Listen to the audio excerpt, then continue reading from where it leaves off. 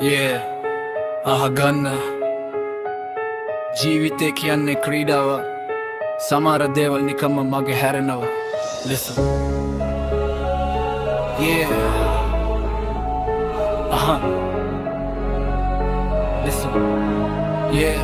ගැනු ළමයි පාරේ යන බස් වැනිය එකක් වැරදුනොත් තව එකක් යා හැකිය. හැබැයි බස් එකේ රිය දුර ඔය නම් මගින්ට ඉඩ දීලා පරිස්සමෙන් යන්න ඕනේ. බස් සමහරක් නතර වෙන්නේ ටික කාලෙකටයි, සමහරක් නතර වෙන්නේ පම තියෙන ගයි. ටිකට එක ඉවර වුණත් මතකයන් ඉතුරුයි, සමහර ගමන් වල පිට රසයක් ඉතුරුයි. Yeah.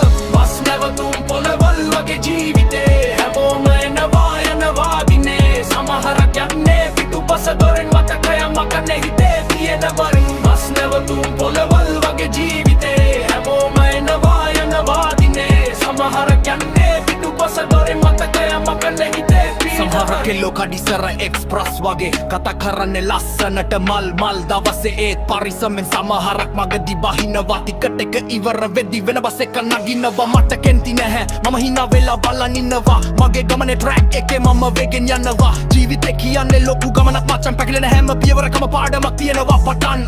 අතීතේ කියන්නේ නතර වුණු බස් එකක්, අනාගතේ කියන්නේ යන්න තියෙන තව දුරක්. එකෙක් බැස්ස පලියට ගමම නතර කරන්න එපා. තමන්ගේ ස්ටීරින් එක තමන්ම අතේ තියාගන්න ගන්න. බස් නැවතුම් පොළවල් වගේ ජීවිතේ හැමෝම එනවා යනවා දිනේ. සමහරක් යන්නේ පිටුපස දොරෙන් මතකයන් මකන්නේ හිතේ තියෙන බර. බස් නැවතුම් පොළවල් වගේ ජීවිතේ හැමෝම එනවා යනවා දිනේ. සමහරක් යන්නේ පිටුපස දොරෙන් මතකයන් මකන්නේ හිතේ තියෙන බර. හිත රිදවා ගන්න එපා බං මොකටද අලුත් දවසක් ඇවිත් වෙන පාරක් හොයපන් හරියට. එක බස් එක ගියොත් තව එකක් එනවා. නමුත් ඔයාම වෙන්න ඕනේ ඔයාගේ ජීවිතේ රියදුරා. Yeah. Keep it moving. අතීතේදමයි ගමන තාම ඉස්සරහට. Yeah.